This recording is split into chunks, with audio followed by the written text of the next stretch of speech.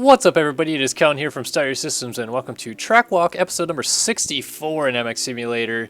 Today we're looking at the 2016 San Diego 2 Supercross. Yeah, buddy. And guess what? Not in Petco Park. I wonder who had to do that job. Jay Andrew, once again, not building the stadium. Get fucked, Jay. I totally made a nuisance of him this weekend while he stayed with us, myself and Zach Dupuis, in Phoenix for the Phoenix Supercross. But yeah, Jay, you suck. Thanks for not building the stadium again.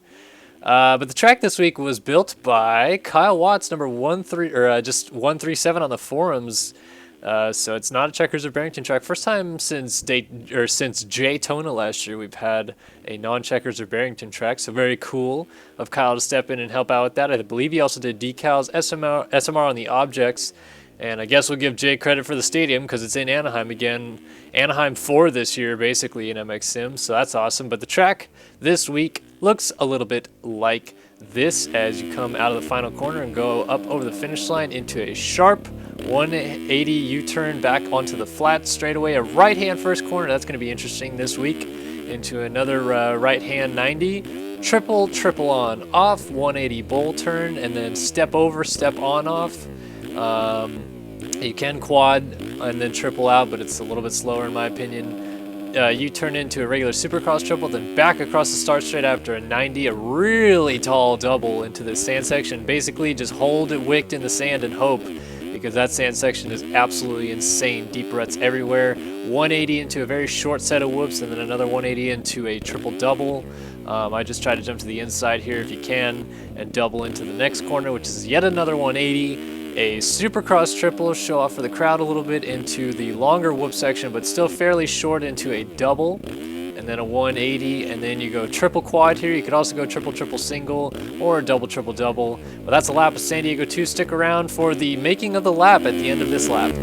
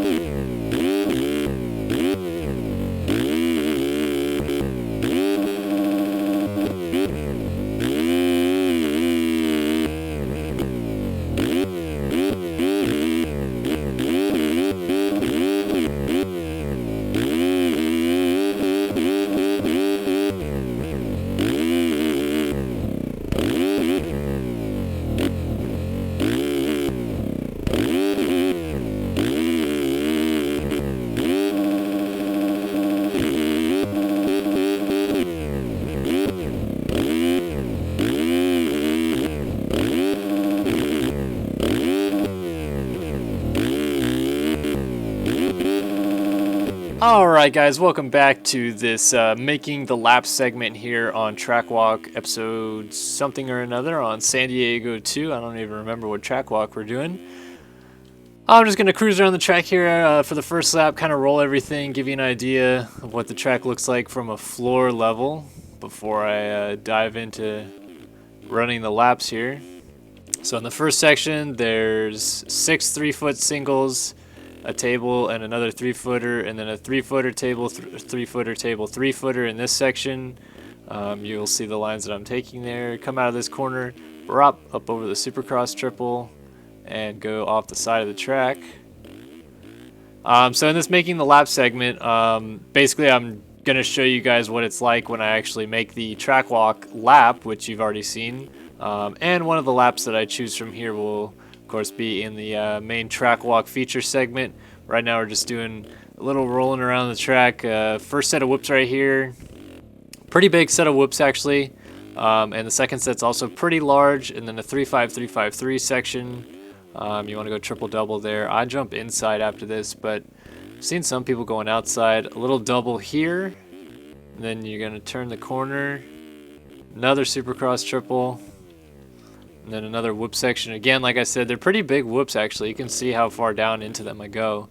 So to stay on top of them, you got to really get it right. And then a double out of those into the corner. Big 180 bowl corner, and then pretty much one of the toughest sections on the track. You're supposed to triple quad this on 250 and 450 to get a good lap time. But as you'll notice, I'm probably going to do it more than once. It's pretty hard to land the quad out. And a finish line jump right here. And let's go ahead and start putting in the laps and see what I can do for y'all. First ride of the day. I just got home from school like 30 minutes ago, so definitely might be not super rusty compared to what people might think, but for my sake, definitely a little bit rusty. I've ran a 59.4 as my qualifying lap so far on this track, just as a gauge. So yeah, definitely want to see if I can get under the virtual lap, which I did. Virtual lap was about a 102.4, I think. So I'd like to show off the track a little bit faster than that, because obviously this is for sim diehards more or less to take a look at the track.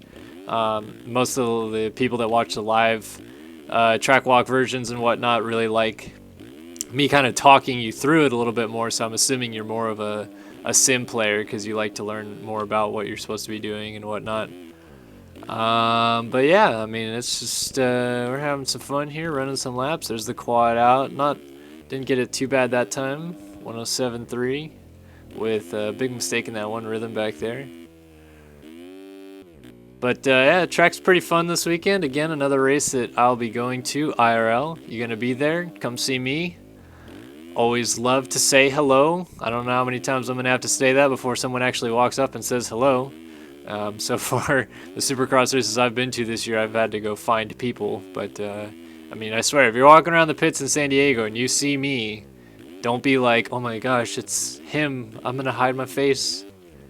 But you know, walk up, say hello. What's going on? What are you doing?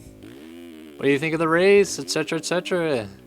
I love chatting it up with people about racing, man. It's one of my favorite things about this sport is the bench racing part of it, because I'm no speed demon in real life, even though I do ride and enjoy that aspect of it, of course. But hell, man, I love sitting down and actually talking about the good racing that we have in front of us every week. So, and speaking of which, just got back from Phoenix a couple days ago. Pretty interesting track, I must say. Interesting night of racing.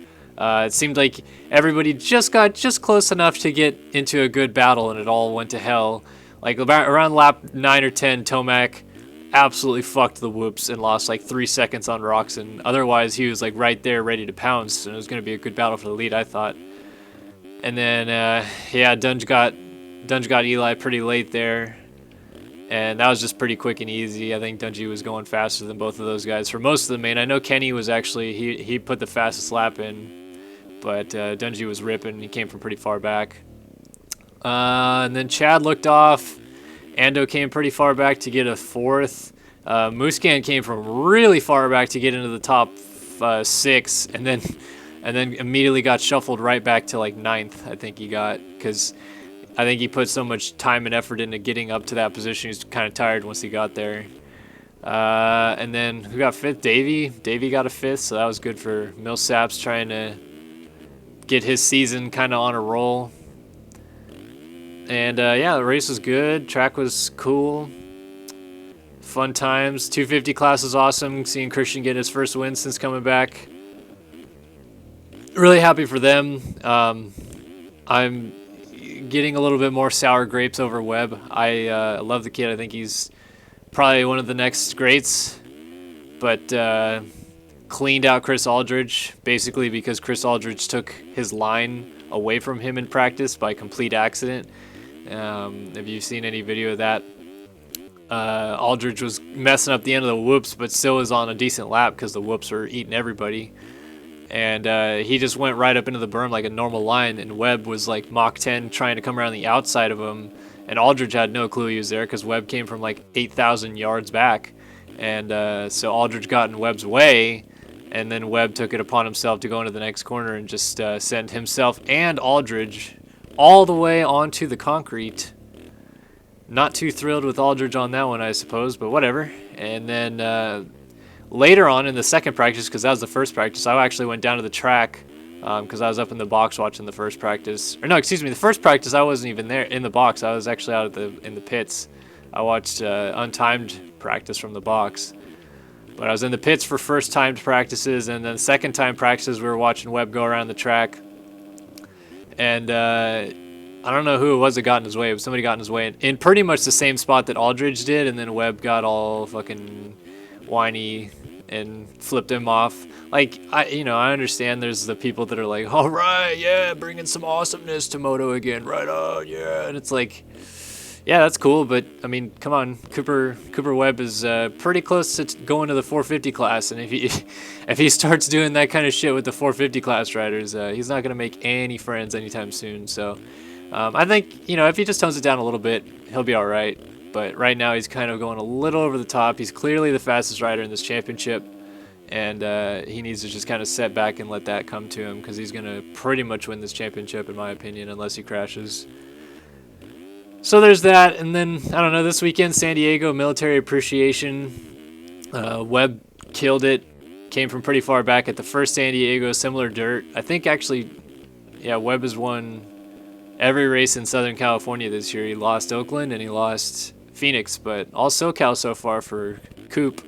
So I don't see him not winning the race this weekend, especially after getting all grumpy gills after losing to losing to Craig last weekend. I think Webb thought he had that win or something like that, and dumped it in the corner somewhere. But I think Webb will pretty much slay in the 250 class. He did great at San Diego last year at Military Appreciation Night, so I think it's pretty much his race to lose. And then the 450 class, I don't know, kind of a crapshoot. Like, talking about this track, I see no reason why Dungey's going to be pretty untouchable on this one, to be honest with you. Lots of corners. Dungey's great in the corners. Not many long rhythm sections for anybody to bust something crazy that Dungey wouldn't be willing to do. And no whoops, so no Reed. Although, like I said, Reed looked pretty crappy at Phoenix, and it was in most part, in my opinion, because he didn't look that good in the whoops. If Reed had those whoops dialed like the other guys, I think his speed was pretty close. So we'll have to see. I mean, there's two sets of whoops, obviously. I'm not saying that there are not whoops. However, there's one short set and then one just barely longer set that goes into a double. So there's nothing really like out of control. Like at Phoenix, they took out the second double in that whoop section and instead just made it a really long whoop section. I think by the end of it, people were running out of speed and it was starting to kill them, because they would get about halfway through. That's what happened to Tomac. Tomac got about like halfway through and then just turned into flubber, basically. So I don't know. I think Dungey, again, if Kenny gets a start, looks like he's pretty much right where he wants to be in terms of speed-wise to win a race.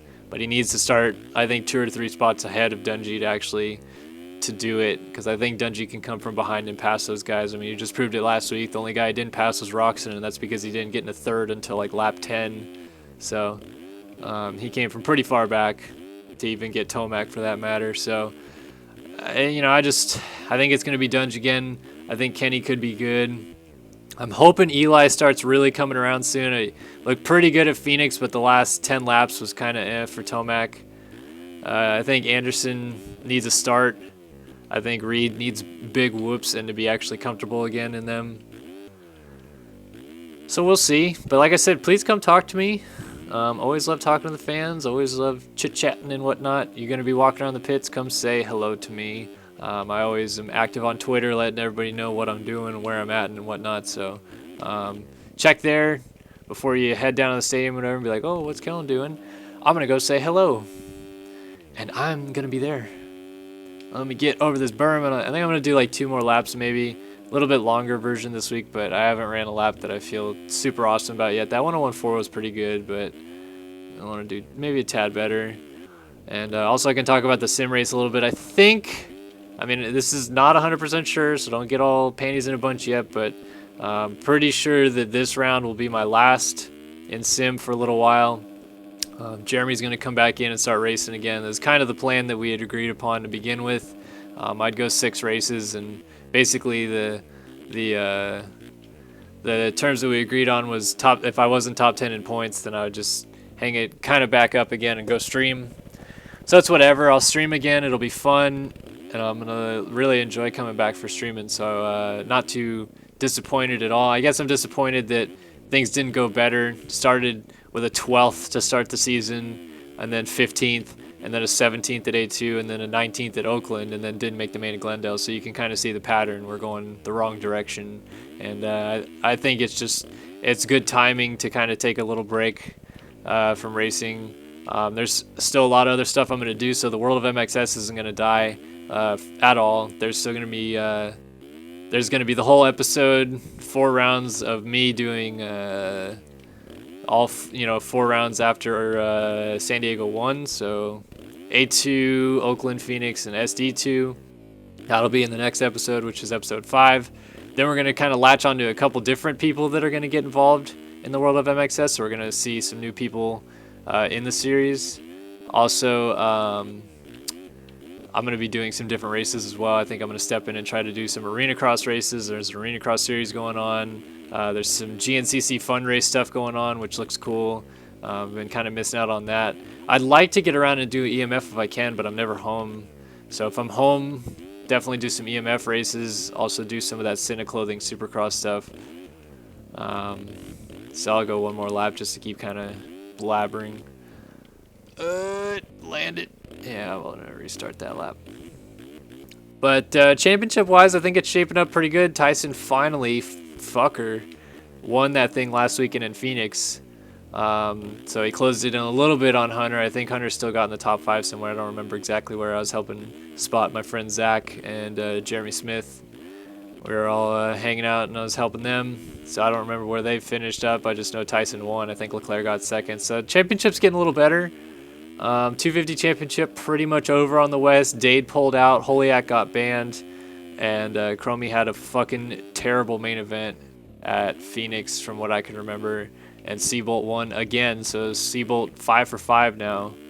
Pretty much on his way to an undefeated season in the 250 West in Sim. So, I mean, good for Seabolt. I'm not neither here nor there about Seabolt. I've known him for a while. He's been always great to me.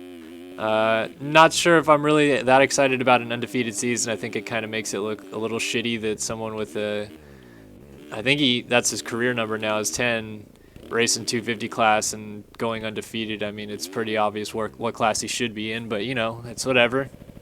The rules state that he's allowed to race that class, so no ifs, ands, or buts.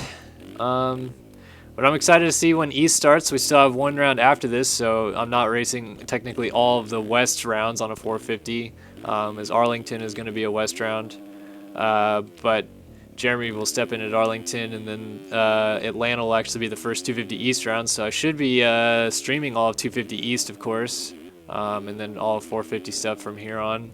At least for a while. I mean, we'll see where it goes. If Jeremy's starting to feel unhappy with his racing, then he'll come back to streaming and I'll jump back in. But just felt like the right time for me. I'm in a position where I'm getting kind of busy with some other stuff. I don't want Sim to take up my life like it did before. So, it is what it is. Anywho, I'm going to wrap this up. I think I'll just run that 1014 because it's a decent enough lap. I did every line that I wanted to do. I just did it slow as dicks. And I will look forward to seeing y'all this weekend at San Diego Supercross. Please head over to vermoto.com to catch all of my race coverage that I do over there at vermoto.com. Always appreciate the clicks. And if you like this video, please like, comment, and subscribe as per usual. And we'll catch you guys next time on Track Walk, whatever this is after this one, which is going to be Arlington. Buddy, let's start heading east.